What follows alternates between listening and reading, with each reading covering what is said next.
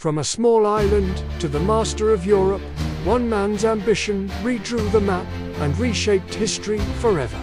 This is the story of Napoleon Bonaparte, a name synonymous with power, genius, and relentless conquest.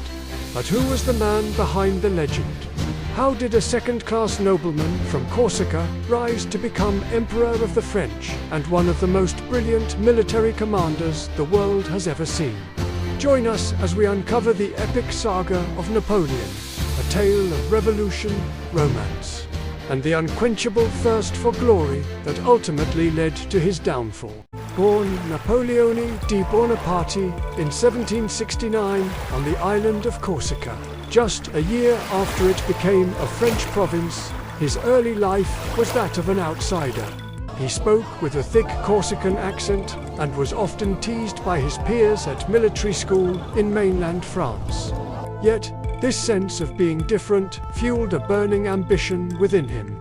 He was a voracious reader, devouring books on history, strategy, and law. He saw himself in the great leaders of the past, like Alexander the Great and Julius Caesar. The chaotic whirlwind of the French Revolution provided the perfect storm for a man of his talents, while aristocrats were fleeing or facing the guillotine. The new republic was desperate for skilled and loyal officers. Napoleon saw his chance.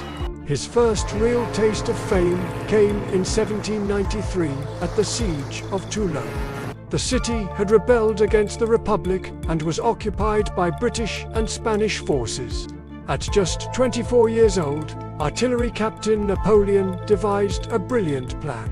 He correctly identified the key strategic high ground, captured it, and used his cannons to drive the enemy fleet from the harbor, forcing the city's surrender. This victory was a sensation. He was promoted to brigadier general, and his name began to echo in the halls of power in Paris. 2 years later, when a royalist mob threatened the revolutionary government, Napoleon was called upon to defend it. Famously, he dispersed the crowd with what he called a whiff of grapeshot, a decisive and ruthless action that saved the Republic and made him a national hero. His star was now firmly on the rise. The Directory, the fragile government of France, saw him as both a powerful asset and a potential threat. To keep him busy, they gave him command of the French army in Italy. What they thought would be a minor sideshow turned into one of history's most stunning military campaigns. With a poorly supplied and demoralized army, Napoleon used speed, deception, and his unparalleled ability to inspire his men to win a series of lightning victories against the Austrians. He became a master of propaganda, sending back glowing reports of his triumphs, which were published in newspapers across France. He returned to Paris, not just as a general, but as a conquering hero with immense wealth and political influence. But Napoleon's ambition couldn't be contained to Europe. In 1798, he launched a daring expedition to Egypt. His goal was to disrupt Britain's trade routes to India and establish a French presence in the Middle East. While his military campaign there was ultimately a failure, his fleet was destroyed by the British Admiral Horatio Nelson at the Battle of the Nile. Trapping his army, the expedition had a massive cultural impact. The scholars he brought with him made incredible discoveries, including the Rosetta Stone, which would unlock the secrets of ancient Egyptian hieroglyphs. While stranded in Egypt, Napoleon learned of political instability back home. Sensing another opportunity, he abandoned his army and made a secret, treacherous journey back to France. The public, unaware of his failures in Egypt, welcomed him as their savior. In November 1799, in a daring political maneuver known as the Coup of 18 Brumaire, Napoleon overthrew the Directory. He established a new government, the Consulate, with himself as the first consul. In reality, he was a military dictator. But to a nation weary of a decade of revolution, chaos, and bloodshed, he promised order, stability, and glory. And for a time, he delivered.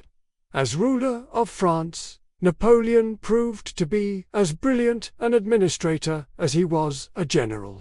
He centralized the government, reformed the banking system, and streamlined the bureaucracy.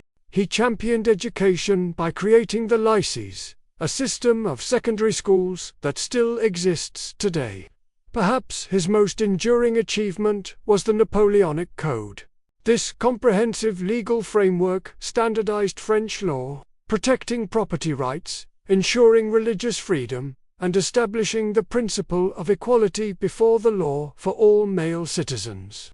It was a revolutionary document that swept away centuries of feudal tradition and was exported across his growing empire, influencing legal systems around the world. In 1804, Napoleon's ambition reached its zenith. No longer content with the title of First Consul, he crowned himself Emperor of the French in a lavish ceremony at Notre Dame Cathedral. In a symbolic act of ultimate authority, he took the crown from the Pope's hands and placed it on his own head, and then on the head of his wife, Josephine. He was now the absolute master of France, the creator of a new dynasty. With this new power, he embarked on a series of military campaigns that would become legendary. From 1805 to 1809, the Napoleonic Wars raged across Europe. At battles like Austerlitz, often called his masterpiece, he consistently outmaneuvered and crushed the combined armies of Austria, Prussia, and Russia. He redrew the map of Europe, placing his relatives and loyal marshals on the thrones of conquered nations. He seemed invincible. His Grande Armée was the most feared fighting force on the continent. But even emperors make mistakes. Two major blunders began to unravel his empire. The first was the Peninsular War. In an attempt to force Portugal to obey his trade embargo against Britain, he invaded Spain in 1808. But the Spanish people rose up in a brutal guerrilla war, a little war that tied down hundreds of thousands of his best troops for years in a bloody quagmire. The second, and most catastrophic, was his invasion of Russia in 1812. Annoyed by the Tsar's defiance, Napoleon assembled the largest European army ever seen, over 600,000 men, and marched on Moscow.